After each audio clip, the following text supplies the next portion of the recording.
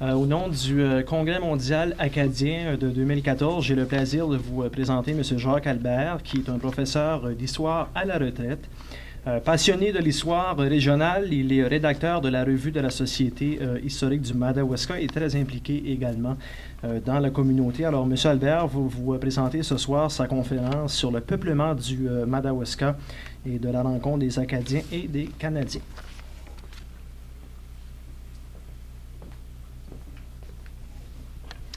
Alors, merci.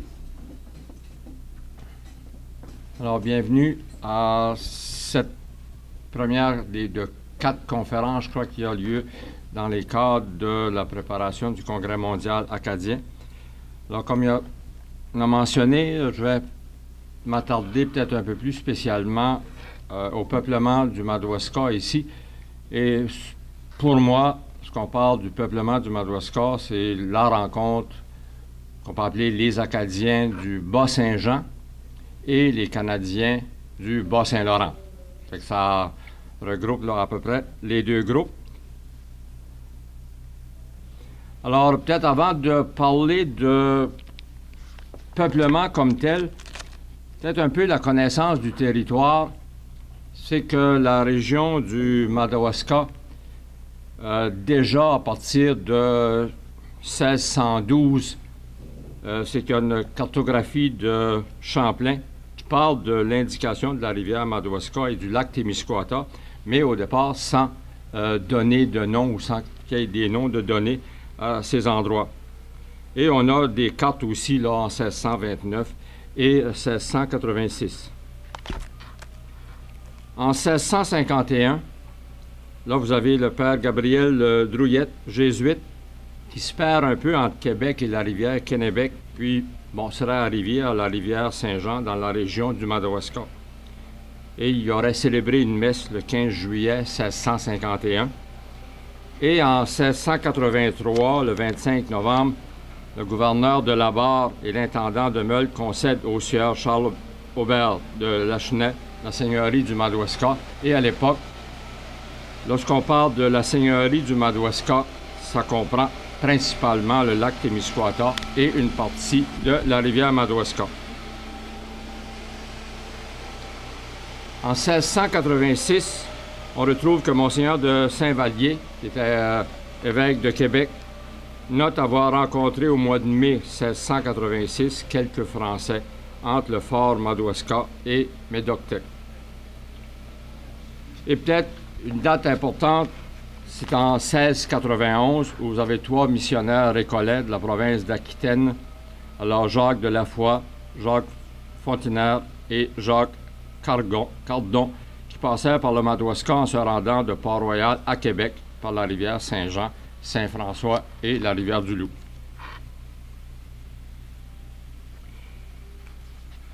En 1755, 2 officiers français de Marin et Montesson, avec un détachement de soldats, se rendirent de Québec à Beauséjour en passant par le Madawaska. Et en 1656, le sieur Joseph-Nicolas Gauthier, capitaine d'infanterie au port Lajoie à Charlottetown, fit le trajet de ce qui est aujourd'hui Chédiac à Québec au cours de l'hiver 1756. Et en 1759, après la déportation, et nécessairement après la chute de Québec, une colonne de 200 rapatriés acadiens fit halte au milieu du mois d'octobre sur les plateaux de Saint-Basile à leur retour en Acadie après la chute de Québec. On connaît peut-être un peu plus, lors de 1776, durant la guerre d'indépendance américaine, les facteurs interprovinciaux font la navette toujours entre la Nouvelle-Écosse et le Bas-Canada en passant par le Madawaska. Alors le courrier, nécessairement la rivière Saint-Jean et à peu près la route qu'on suivait là, pour le courrier entre l'Acadie et le Québec.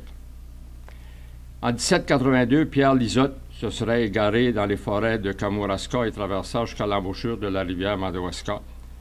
Et en 1784, peut-être le dernier événement avant qu'on commence à parler de peuplement comme tel, Pierre Lisotte et Pierre Dupéré établirent un comptoir d'échange sur la rivière Saint-Jean. Alors ça un peu pour les connaissances qu'on a avant de parler de peuplement comme tel. Alors, pour le peuplement, j'ai quelques textes ici où on voit des gens qui font des demandes pour venir s'établir dans la région. D'abord, le 27 novembre 1783, il y a une lettre de Alderman à Parr qui mentionne que Mercure l'Acadien, récemment arrivé de votre province, nécessairement de la province du Québec, m'affirme que plusieurs de ses compatriotes désirent émigrer dans cette province, qui a été le Bas-Canada, par amour pour leur religion qu'ils croient pratiquer ici avec plus de liberté et moins de difficultés. Mon plan est de leur concéder des terres dans les environs du Grand Sault, sur la rivière Saint-Jean, établissement qui pourrait probablement s'étendre jusqu'au fleuve Saint-Laurent et qui contribuerait grandement à faciliter les communications entre les deux provinces. Alors, ce qu'on parle de ce qui deviendra le Nouveau-Brunswick et le Québec. Alors, et aussi, vous avez, on veut quand même pouvoir, on parle un peu de religion ou de la facilité qu'on pourrait peut-être plus avoir des missionnaires, par exemple, qui viendraient dans la région ici, que dans la région de ce qui s'appelait Sainte-Anne-des-Pays-Bas, la région de Fredericton. Il y a aussi le désir de devenir propriétaire de leurs terres et de garder leurs enfants près d'eux, compte également dans la décision d'émigrer au Madawaska. Parce qu'on sait que, bon, les gens étaient à Sainte-Anne-des-Pays-Bas, très souvent les gens ne possédaient pas le titre de propriété, et avec nécessairement l'arrivée des loyalistes après la guerre d'indépendance américaine. Alors, les Acadiens qui vivaient dans la région de Fredericton se sentent un peu à l'étroit parce que c'est le gouvernement d'Halifax va donner des terres aux loyalistes qui arrivent, mais il y avait déjà des Acadiens qui vivaient sur ces territoires-là qui devront partir du territoire pour aller ailleurs, dont au Madawaska.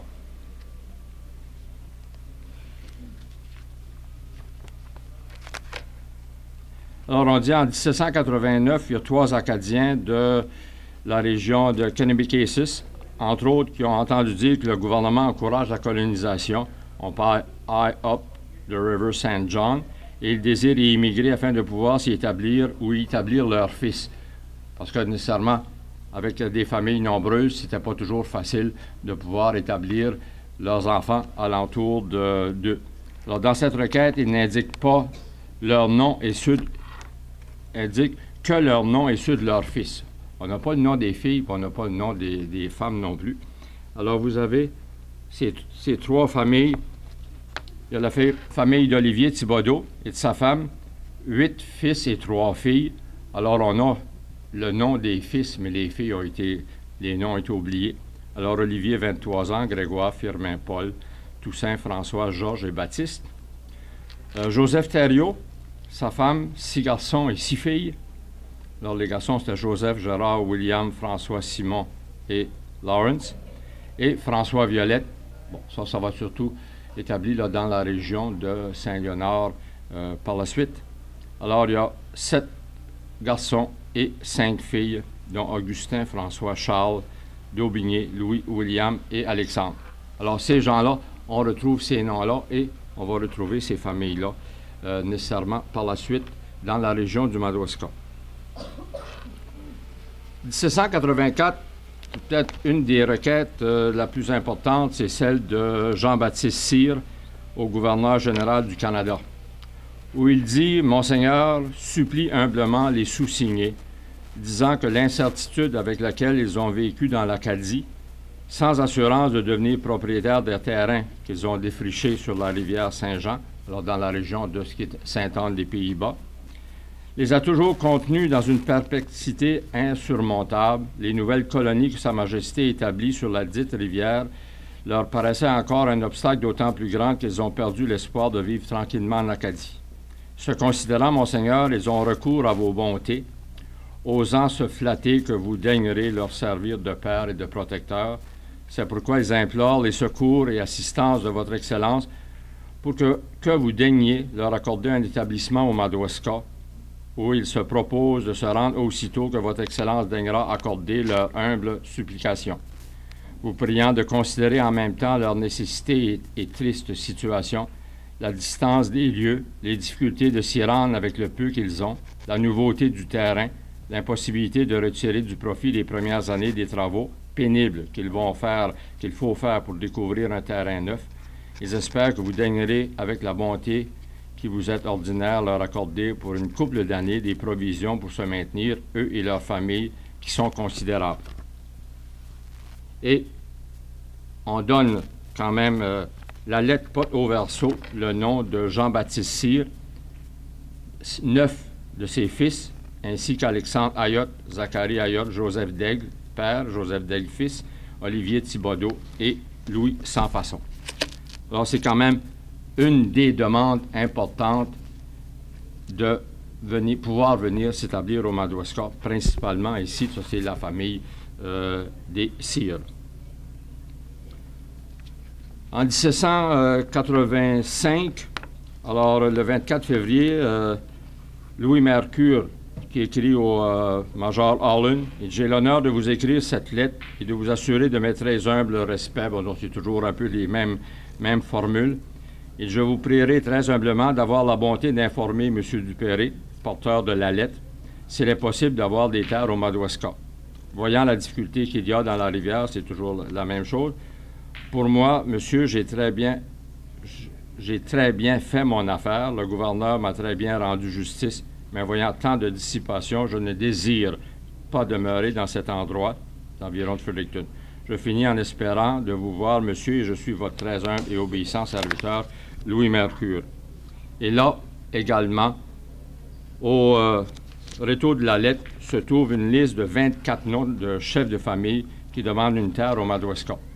Alors, il y a parmi les Acadiens, alors Louis Mercure, Jean Martin, Joseph Daigle, père et fils, Daniel Godin, Simon Martin, Armand Martin, Paul Cyr, François Cyr, Joseph Cyr, père, Joseph Cyr, fils, Pierre Cyr, Jean-Baptiste Cyr, Firmin Cyr, Alexandre Ayotte et François Martin. Et il y a des noms de quelques familles canadiennes, Pierre Dupéré, Jean Lisotte, Pierre Lisotte, Augustin Dubé, Robert Fournier et Louis Sans-Façon. Alors, c'est les gens qui demandent également là, les terres au Madawaska. Alors, un autre supplique, une autre demande, celle de Joseph Daigle en 1785.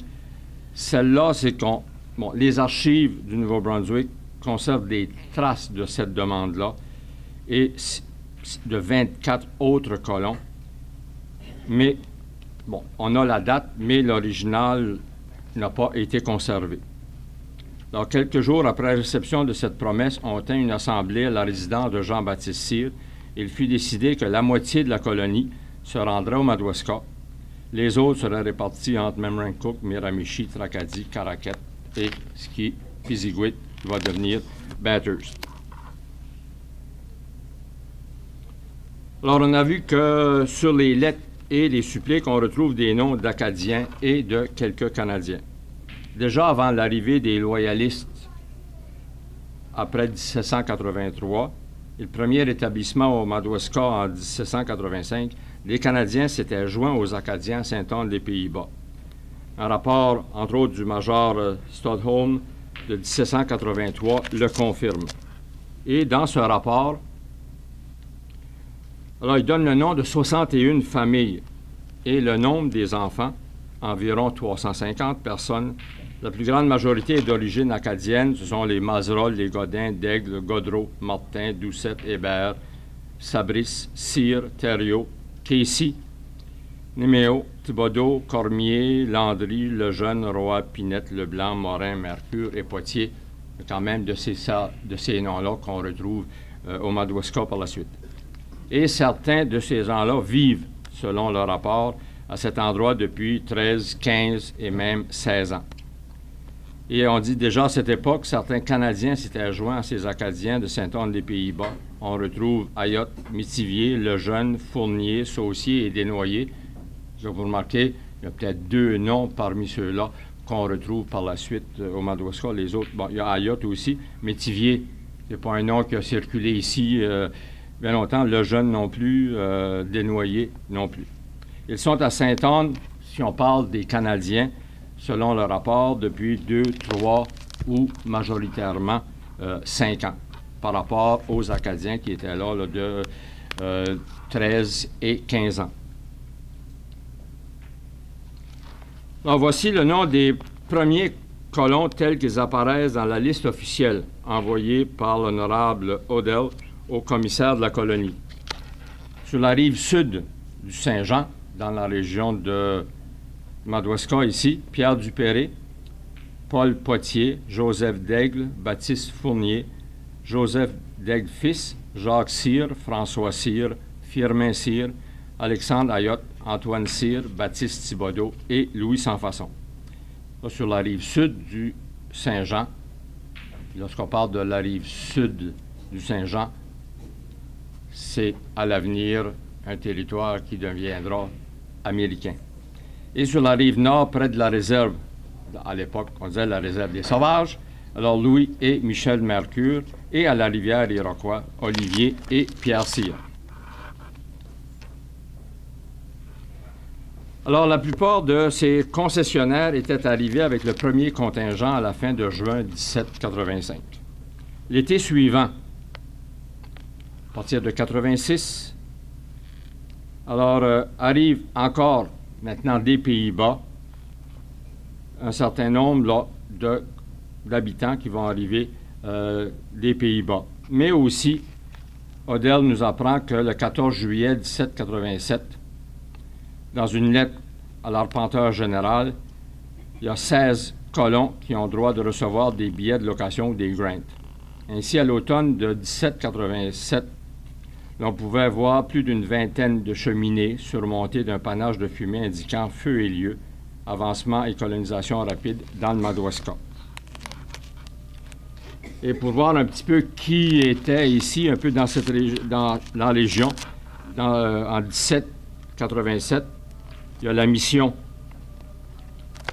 Alors, lors de la mission de l'année 1787, l'abbé Leclerc, qui était curé de l'île Verte, près de Rivière-du-Loup, eut la joie et la satisfaction de dire la messe dans une petite chapelle couverte d'écorce, érigée par les colons, qui a été la première église du Madawaska.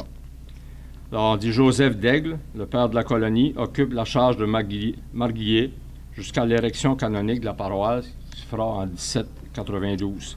Le Madawaska avait sa chapelle, tout humble qu'elle était, et de temps à autre, on y avait les offices religieux. Alors, dans la seconde année, on voit arriver des immigrants du Bas-Saint-Laurent. Et c'est là que les gens du Bas-Saint-Laurent vont commencer à arriver au Madawaska là, en très grand nombre. Là, vous avez les Soucy, les Albert, les Michaud, les Levasseur, les Charret ou Charret, les Saucier. Eux venaient de la région principalement de Kamouraska, les Dubé, les Beaulieu, les Gagné de l'île Verte, les Guimont et les Ouellettes de la rivière Ouelle, les Desnoyers de la rivière du Sud. Il ne faut pas oublier les Dupéré, les Lisotte, les Fournier et Sansfaçon et quelques Michauds qui étaient déjà passés par Sainte-Anne des Pays-Bas, la région de Fredericton, avant de venir dans la région ici. Ça pour la première concession. Alors, lorsqu'on parle de...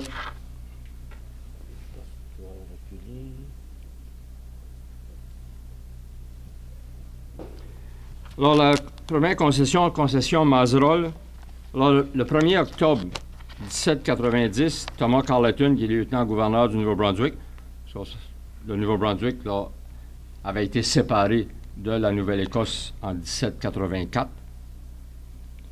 Alors, signe officiellement le décret donnant à 49 pionniers les titres de propriété dans la concession Mazerolle, première concession officielle au Madawaska.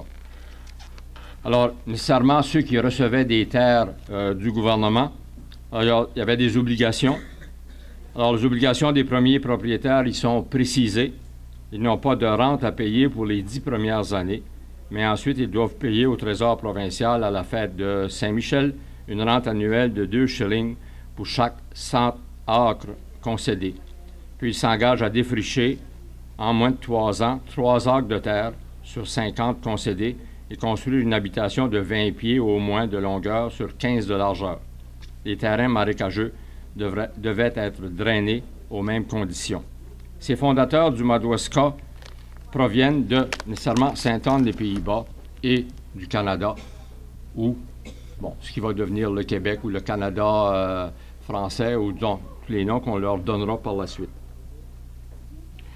Alors, nécessairement, les habitants du Madawaska, alors des Pays-Bas au Madawaska, alors vous avez les parents, il y avait Alexandre Ayotte et Charlotte Saucier, nombre d'enfants 7, et les années de résidence qui a vécu à Sainte-Anne des Pays-Bas. Ça vous donne un petit peu ici là, la différence un peu entre ceux qui sont d'origine canadienne et ceux qui sont d'origine acadienne. Alors Jean-Baptiste Cormier et Madeleine Landry, alors 10 enfants, étaient résidents à Sainte-Anne des Pays-Bas depuis 16 ans. François Cyr et Marianne Guilbeault, alors 10 enfants depuis 15 ans. Jacques Cyr et Ursule Bélanger, 2 enfants depuis 15 ans. Jean-Baptiste Cyr et Judith Guérette ou Dumont, alors 7 enfants, 15 ans. Joseph Cyr et Marguerite Blanche Thibodeau, c'est un nom qu'on reverra au Madawaska ici, 9 enfants, 15 ans. Olivier Cyr et Anastasie Lebrun, 2 enfants, 15 ans. Paul Cyr et Charlotte Ayotte, 1 enfant, 16 ans. Pierre Cyr et Madeleine Ayotte, 1 enfant, étaient présents à Sainte-Anne-des-Pays-Bas depuis 16 ans. Jean-Baptiste Daigle et Marie Trahan, 4 enfants depuis 14 ans. Joseph Daigle et Marguerite Guilbeault, 4 enfants depuis 14 ans. Jean-Baptiste Fournier, Félicité Martin, alors 1 enfant depuis 2 ans. On voit Fournier d'origine plutôt canadienne. Joseph Hébert et Joseph Vincent, 3 enfants depuis 14 ans. Jacques Martin et Hélène Godin, 5 enfants depuis 15 ans. Joseph Mazerolle et Rosalie Thibodeau, 1 enfant depuis 14 ans. Louis Mercure, veuve de Madeleine Thibodeau, 1 enfant depuis 3 ans. Michel Mercure et Angélique Potvin, 3 enfants depuis 14 ans. Paul Poitier et Judith Thibodeau, pas d'enfants, sont là depuis 16 ans. Joseph Thériault et Madeleine Thibodeau, 1 enfant depuis 9 ans. Et Olivier Thibodeau et Madeleine Poitier, 3 enfants depuis 6 ans. Alors, ça donne ceux qui étaient établis à Sainte-Anne-des-Pays-Bas et depuis le nombre d'années. Alors, on voit que, nécessairement, ceux qui sont d'origine canadienne, qui ont venu rejoindre les Acadiens Sainte-Anne-des-Pays-Bas, sont là depuis 2-3 ans, tandis que les Acadiens sont là depuis là, 15 et facilement 15 et 16 ans. Alors, lorsqu'on parle des fondateurs du Madawaska, lorsqu'on parle de la première concession de terre, on voit que les noms ne sont pas nécessairement écrits comme on l'entend aujourd'hui. Alors, sur la rive sud, et on vous donne nécessairement le numéro des lots aussi qui ont été concédés. Alors, il y a François Albert, Joseph Auclair, Joseph Ayotte, Zacharie Ayotte, Alexandre Ayotte, Mathurin Beaulieu. Thomas Coston, c'est le seul nom anglophone dans la première concession de terre. Alors, il a été ici, il y a eu un enfant qui a été baptisé à Saint-Basile, mais il a été quelques années ici et on le retrouve par la suite à Québec.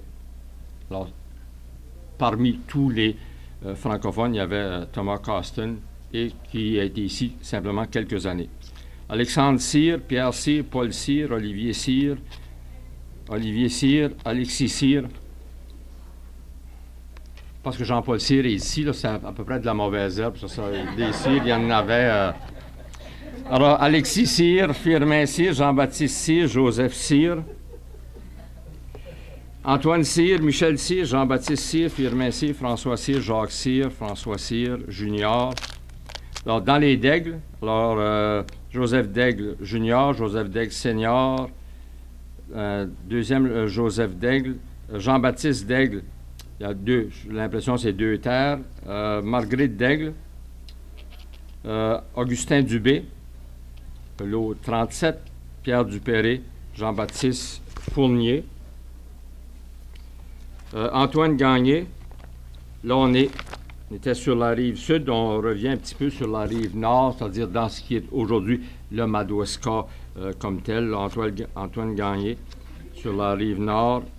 Joseph Guimont, Simon Hébert, Joseph Hébert, Jean Levasseur, Pierre Lisotte, Jean Martin, Joseph Mazerolle, Jean-Baptiste Mazerolle, Joseph Mercure, Michel Mercure, Paul Poitier, Louis Sansfaçon, Joseph Saucier et Jean-Marie Saucier, et Jean Tardy, Étienne, Joseph et Jean-Baptiste Thibodeau. Alors, lorsqu'on parle de première concession 1786, ceux qui ont obtenu leurs terres et, comme vous voyez, sont situés des deux côtés de la rivière Saint-Jean. Nécessairement, ça aura des conséquences en 1842 lors du traité de Webster-Burton, lorsqu'on a fixé une frontière sur la rivière. Alors, nécessairement, les Acadiens sont surtout les Sires, les Daigle, Hébert, Martin, Mazerolle, Mercure, Thibodeau. Mais les Sires étaient assez nombreux que juste eux autres, ils vont balancer avec les familles canadiennes qui sont arrivées.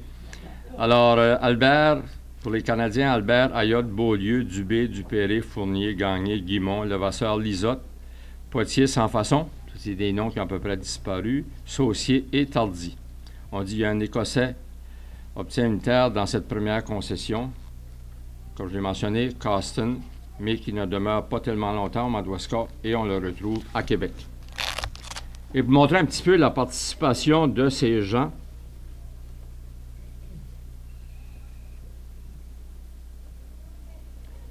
alors, en 1791, la liste des baptisés, alors, le nom des enfants baptisés en 1791 et le nom de leurs parents. Alors, parmi les Tardy, les Sires, qu'on écrit assez souvent à l'époque, S-I-R-E, les Caston, Violette, Thibodeau, Fournier, Thériault, Soucy, Sire aussi, Hébert, Gagné, Mercure et Sansfaçon. Alors, c'est la liste des baptisés de 1791, seulement des gens qui étaient établis ici, là, avec la concession de terre, qui est arrivée pour certains depuis 1785, avec les Canadiens en 96, puis peut-être surtout à partir de 87. Alors, 1785, c'est surtout les Acadiens, quelques Canadiens, parce que ces gens-là viennent principalement de Sainte-Anne, les Pays-Bas, région de Fredericton. Mais à partir de 87, bon, comme on dit en 86, il y a quelques Acadiens qui se sont rajoutés, mais à partir de 87, là, c'est qu'on voit quand même beaucoup de Canadiens arriver au Madawaska.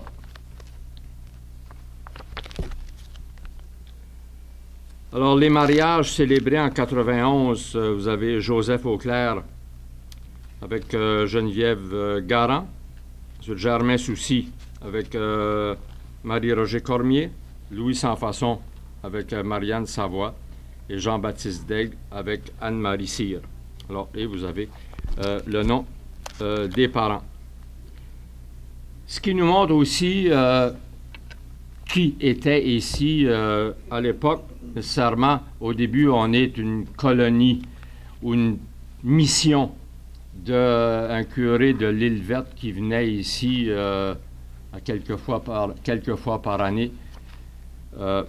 Mais en 91, c'est qu'on va demander, ou en 92, demander d'avoir une paroisse, ce qui deviendra Saint-Basile. Alors, il y a 24 habitants qui adressent une supplique là, pour avoir une paroisse. Alors, vous avez les noms Joseph Daigle, Jacques Sire et Alexandre Ayotte, qui étaient marguillés. Alors, Antoine Gagné, Alexandre Albert, Jean-Baptiste Levasseur, Olivier Thibodeau, fils Jean-Baptiste Thibodeau, Jean-Baptiste Sire, Jean-Baptiste Denoyer, Joseph Soucy, François Albert. François et Alexandre, c'est les deux frères. Joseph Daigle, Olivier Thibodeau, Germain Soucy et Jean-Baptiste Mazerolle. Ensuite, François Sire, Paul Sire, Pierre Sire, Joseph Guimont, Jean-Baptiste Daigle, Mathurin Beaulieu, Simon Hébert et Louis Sansfaçon. Alors, c'est les gens qui signent la supplique pour avoir une paroisse. Il y a une note du père Paquet qui explique que 7 autres habitants absents lors de la réunion n'ont pu signer, mais avaient témoigné avant leur départ approuvé ce qui serait fait par l'Assemblée. Et Prudent Mercure, remarque que les plus lettrés de la colonie étaient presque tous absents en cette circonstance. Je ne sais pas trop pour quelle raison. Si nous acceptons Pierre Lisotte et son frère utérin Pierre Dupéré, qui tout probablement appartenaient au Madawaska à cette époque, mais n'étaient pas encore chefs de famille, et par conséquent ne sont point comptés dans cette requête. Nous trouverons probablement les 7 habitants absents parmi les suivants, qu'on sait qui étaient dans la région ici: Jean-Balthazar Martin, Jean-Baptiste Fournier, François Violette, Louis Mercure, Jean-Baptiste Cormier, Jean Tardy, Paul Potier, Augustin Dubé, Jean-Marie Saucier et Joseph Auclair. Alors, parmi les 7 qui manquaient, c'est probablement ces gens-là, d'après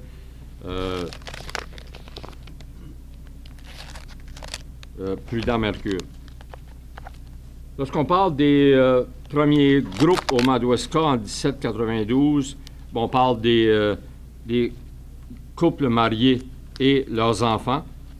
Alors, c'est les noms, un peu comme on mentionnait tantôt, c'est vous donner un peu une idée de François Albert avec Marianne Paradis, Auclair, Ayotte, Beaulieu, Cormier,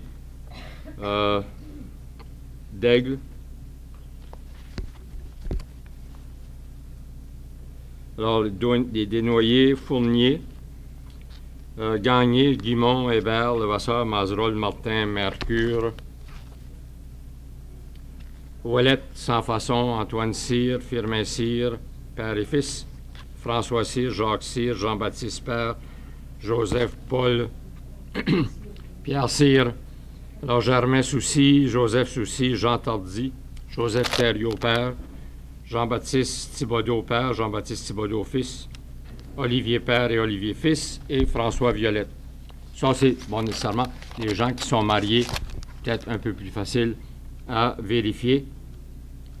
Il y a des propriétaires de terre aussi, de gens qui n'étaient pas mariés. À l'époque, on vous donne une liste de noms ici. Donc, ces gens sont compris quand même dans le genre de recensement qu'on a fait en 1792, où on parle des propriétaires de terre, mais qui n'étaient pas mariés. On retrouve dans les registres de Saint-Basile aussi des noms qui nous arrivent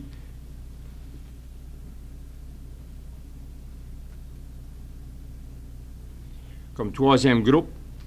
Alors, c'est ceux qui ont soit comme parrain, marraine ou témoin lors de soit de funérailles ou de mariage ou de baptême. Alors, nécessairement, ces gens-là, on sait qu'ils étaient ici en 92 parce qu'on retrouve leur nom dans le registre. Alors que ce soit les Ayotte, les Bourque, Dubé, Launière, Jean-Baptiste Nadeau, quelques Cyr, Thériault et Thibodeau. Quelques Cyr, 1, 2, 3, 4, 5, 6, 7, 8, 9. Il y a toujours plus de Cyr que... Alors, on dit qu'il manque très probablement une cinquantaine d'enfants âgés entre 3 et 14 ans, c'est-à-dire soit déjà baptisés avant leur arrivée dans la paroisse de Saint-Basile en 1792, mais encore trop jeunes pour servir soit de parrain ou de marraine, dont les noms, on les retrouvait tantôt. C'est pourquoi leurs noms n'apparaissent nulle part dans le registre avant 1792. Il y avait donc environ 200 personnes, sans compter les indigènes, sans compter les vivants sur les 2 rives du fleuve Saint-Jean en 1792.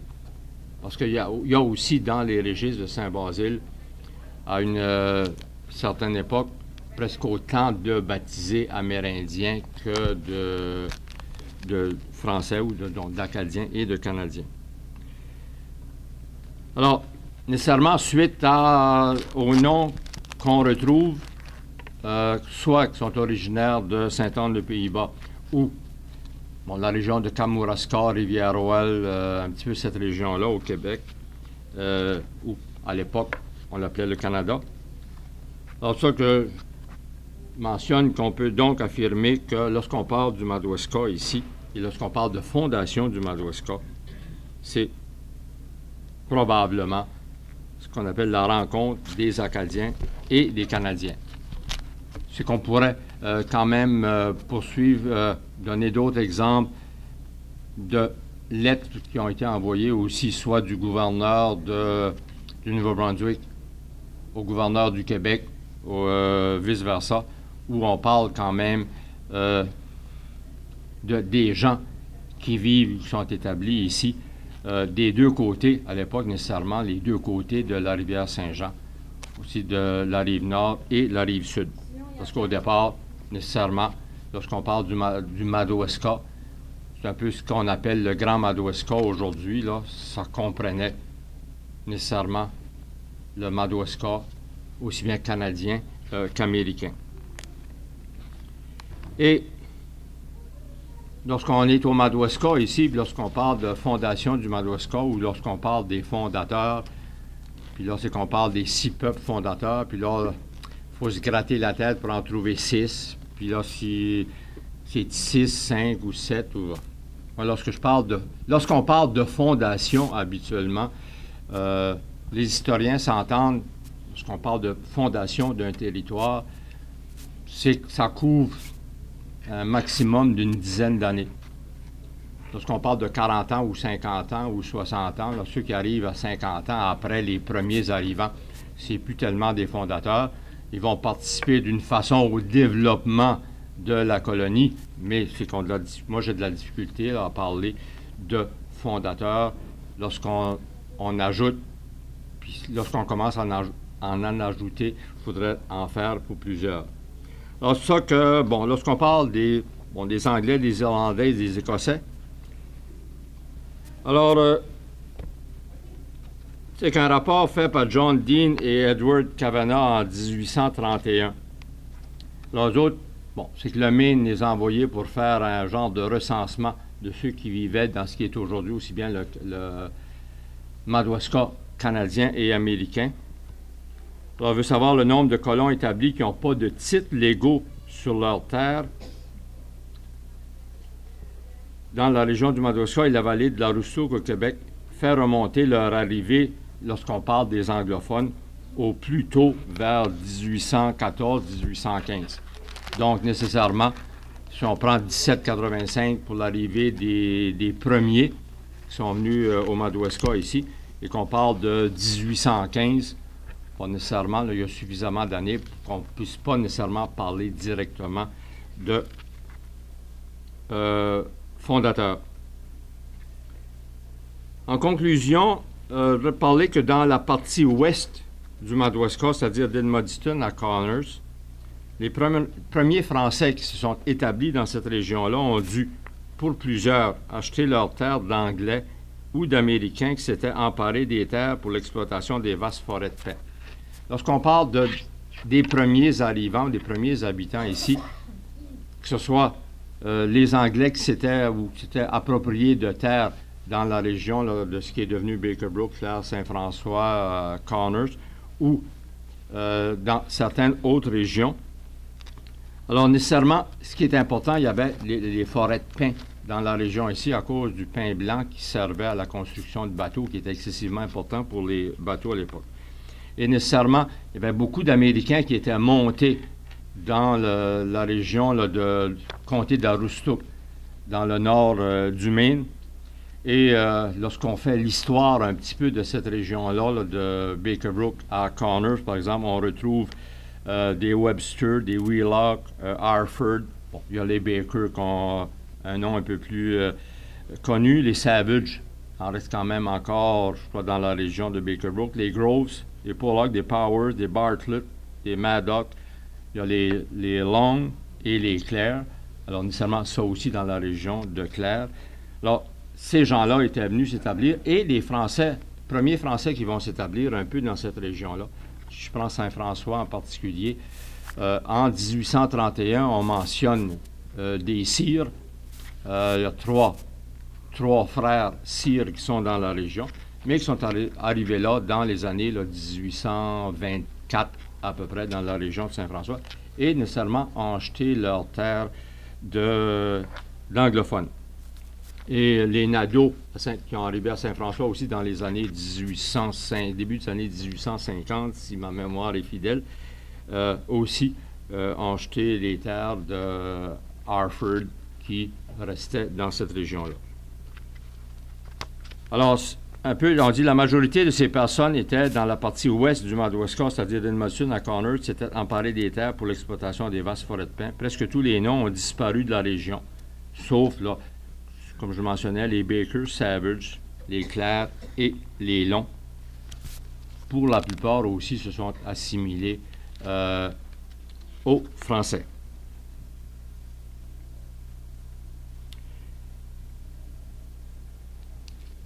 Alors, c'est un peu ce que je viens de mentionner là, pour l'achat des terres. Alors, ces Américains britanniques peuvent difficilement être considérés comme fondateurs du Madawaska, selon moi. Et, comme je le mentionnais, selon les historiens, on parle d'une dizaine d'années lorsqu'on parle de fondation. Alors, nécessairement, en définitive, on peut affirmer, sans se tromper, que le Madawaska a été fondé par la rencontre des Acadiens du Bas-Saint-Jean, ou Sainte-Anne-des-Pays-Bas, plus utilisé à l'époque, et les Canadiens du Bas-Saint-Laurent, principalement de la région de Kamouraska. Alors, ça vous donne un petit peu là, la situation du peuplement du Madawaska. Alors, sur ce, je vous remercie. Et, bon, en vue du Congrès mondial acadien, c'est qu'on parle aussi de réunions de famille. Là, je me permets de mentionner que les familles du Madawaska devraient, il est essentiel qu'ils se préparent à fêter et accueillir les membres des familles qui forment le Madawaska. Je ne parle pas nécessairement des Acadiens et des Canadiens, mais aussi, si on regarde dans l'histoire du Madawaska par la suite, que ce soit les Italiens à l'époque de la construction du chemin de fer, que ce soit les Juifs avec le commerce au 20e siècle, que ce soit les Irlandais, les Écossais ou les Anglais, qui ont permis à ce que le Madawaska est ce qu'on connaît aujourd'hui. Tout ce monde-là, un peu comme il s'est fait dans la péninsule acadienne, qu'on décide en 2014 de fêter tous ensemble. Et aussi, je remercie le comité organisateur là, qui a organisé un petit peu ces rencontres un peu préparatoires au Congrès mondial. Et demain, on parlera un petit peu de la région du Témiscouata. Et dimanche, il y a aussi une présentation là, qui nous provient de Forken, qui nous parle un petit peu là, du Maine. Et on parlera de généalogie un petit peu, je pense, demain soir aussi, à 7 heures. Alors ça vous donne, je me suis amusé là, à faire un petit tableau avec la plupart des noms de familles que j'ai mentionnés au cours de la présentation. Oui, Daniel.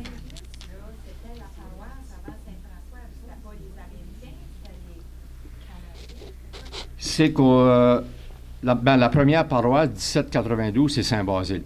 Saint-Basile, ça couvre à partir de même en bas de Grand-Sault, à peu près presque Plaster Rock, puis ça couvre tout le côté aussi bien canadien qu'américain actuel et une partie aussi du Témiscouata, lorsqu'on parle de Saint-Basile comme tel. Par la suite, on a ouvert deux paroisses du côté sud de la rivière, alors Saint-Luce, qui est Frenchville, et aussi Van Buren. Mais à partir de 1842, avec le traité de Webster-Ashburton, là, on a des problèmes. C'est que tu as beaucoup de gens qui vivent ici, sont rattachés à une paroisse américaine. Tu as des Américains qui sont attachés à une paroisse canadienne. C'est que là, on a décidé d'ouvrir des paroisses de ce côté-ci. C'est là qu'arrive Saint-François en 1859. Bon, donc avant, je parle de la région de Saint-François, on était rattaché à Saint-Basile pendant un certain temps. À partir de 1843, on est rattaché à Frenchville. Et à partir de 1859, là, on devient paroisse indépendante avec curé résident.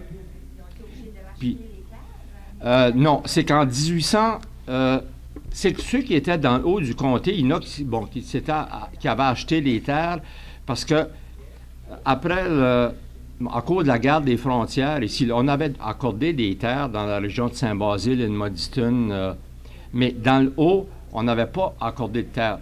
Bon, les Américains, il y a certains Américains qui s'étaient établis là. Nécessairement, lorsque les Français sont arrivés, ils ont acheté des terres.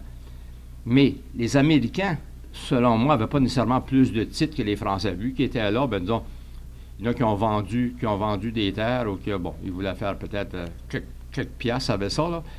Mais c'est que là, les deux gouvernements, aussi bien le côté gouvernement américain et parce qu'à partir de 1820, le Maine existe. Avant ça, le Maine faisait partie du Massachusetts. Là, après que le Maine, c'est là que va arriver là, Dean et Kavanaugh qui vont être obligés de faire un peu une enquête dans le nord du Maine, puis ici pour voir qui ce qui est là. Il y avait des Acadiens, beaucoup plus du côté. Moi, je regarde la première terre des Alberts qui a été accordée. Mes ancêtres me sont établis dans le Maine, puis c'est encore les Alberts qui vivent sur cette terre-là qui a été accordée en 1790. Là. Mais c'est que nécessairement, avec les familles qui s'agrandissent, bien là, ils ont dû s'éparpiller pour pouvoir savoir des terres quelque part. Et c'est là que les gens se sont ramassés, bon, à Saint-François ou à Saint-Hilaire ou à Saint-Basile. Et à partir de... C'est que là, on a décidé de, à cause de cette chicane de frontières, ce qui va s'appeler la guerre non sanglante de l'Aroostook, de ne pas accorder de terre. Mais 1842, il y a le traité de Webster-Burton qui fixe la frontière près de la rivière Saint-Jean. Et là, les premières terres qui vont se donner dans le haut du comté, c'est en 1848. Puis il faut que les gens puissent prouver que ça fait 6 ans qu'ils étaient là. C'est-à-dire qu'ils puissent prouver qu'en 1842, ils vivaient là. Les autres, on leur a accordé automatiquement les terres en 1848. Mais les autres, nécessairement, qui vont arriver par la suite, là, obtiendront leurs terres, ceux qui sont arrivés dans les années 50 par la suite. Mais c'est que ça, un bon jour, on s'est réveillé pour une partie de la population, à peu près 3000, je pense, à peu près comme 6000 ici, puis il y en a à peu près 3000 qui sont devenus américains un bon matin. Là. Puis les 3000 autres sont restés canadiens. C'est pour ça que c'est les mêmes. Traverser la rivière, c'est les mêmes familles. Là. D'autres questions? Ou des commentaires? Oui. Ceux qui avaient acheté des terres dans le Haut-Madawaska, ils vivaient là ou ils étaient juste propriétaires des terres? Ceux qui ont acheté, ben, disons, il y a certains Américains, là, des familles que j'ai nommées, les autres avaient monté, s'établir là, puis ils s'est chicané un peu parce qu'il y a des Français qui coupaient du bois, puis les Américains qui coupaient du bois, puis à qui appartient le bois, puis tu as eu des petites chicanes là, à qui appartenait le bois qui avait été coupé. Mais il y en a qui se sont établis, comme le premier sire qui est arrivé à Saint-François, lui, il a acheté des terres pour ses 3 garçons, parce qu'il y en avait trop dans le bout là, de Saint-Basile pour pouvoir les établir. Ça qu'il il a étendu un peu partout, là, étendu de la mauvaise graine un peu partout, Jean-Paul. Ces gens-là vivaient là. Ils se sont établis là parce qu'en 1831, il y a déjà des familles qui se sont établies là, qui se sont logées des maisons, logé une grange, qui ont des animaux, qui font de l'agriculture, de la culture dans cette région-là. Mais officiellement, ils n'ont pas leur titre. Le gouvernement n'a pas accordé de titre officiel de propriété. C'est juste à partir de 1848 que là, ces gens-là, au moins là, le gouvernement leur accorde un titre officiel de propriété. Comme Saint-Basile était là. Saint-Basile, jusqu'en 1859, Saint-Basile, surtout pour le côté canadien, ici, là, Saint-Basile, c'est la paroisse, la seule paroisse parce que Saint-Hilaire va venir un petit peu plus tard, là, puis les autres. Là, comme Saint-François s'est séparé pour former Fourken, parce que Fourken faisait partie de Saint-François aussi à une époque. Parce que ça partait à peu près de Cornbrook en montant. Là.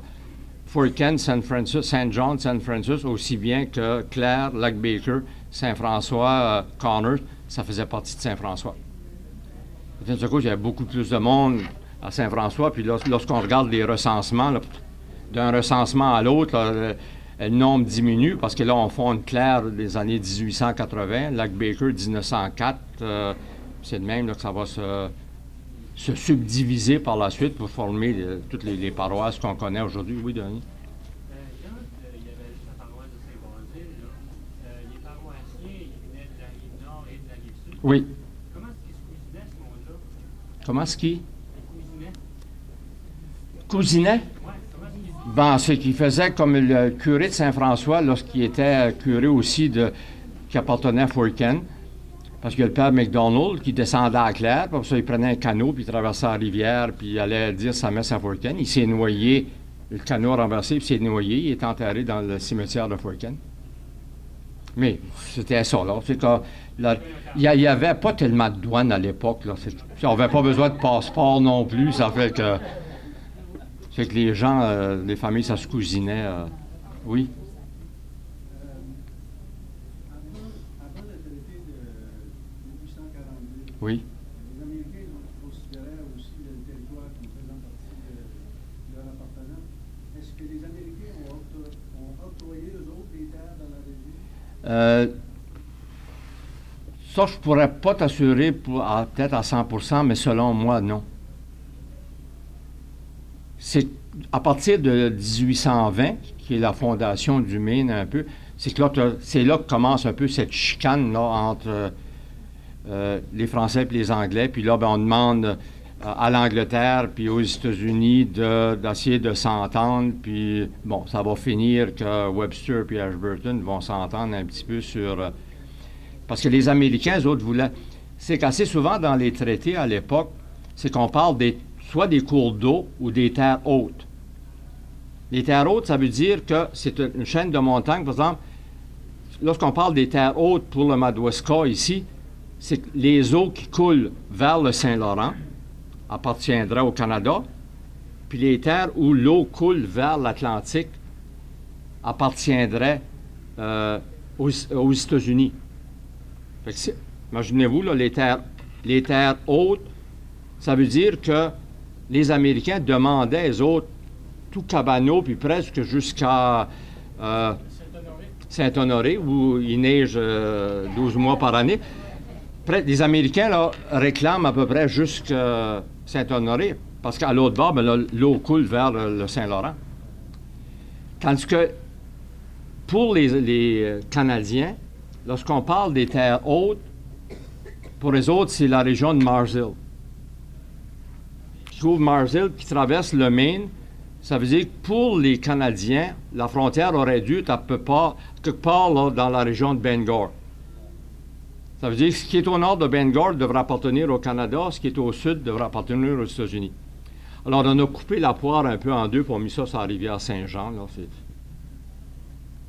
mais c'était ça.